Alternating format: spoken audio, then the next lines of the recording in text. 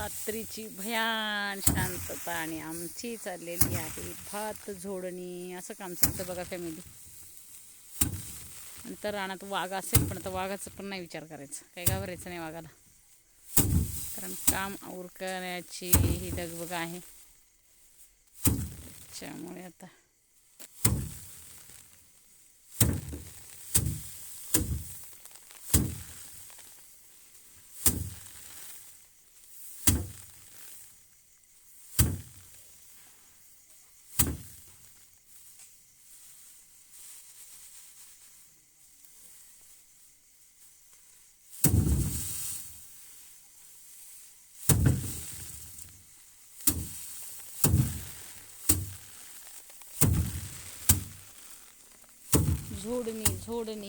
झोडणी चालली.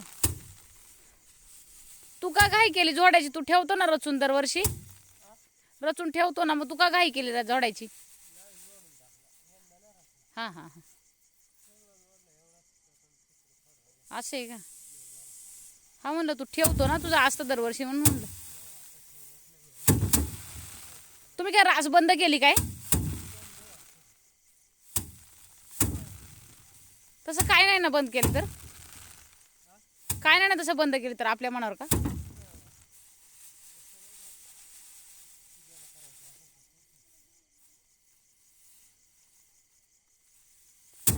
हे पण तुमचंच आहे ना?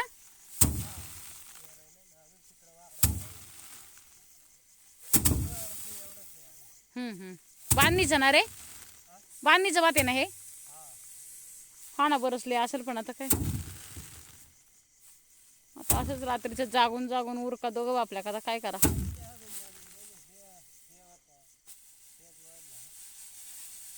पेरायचं असेल ना वावर.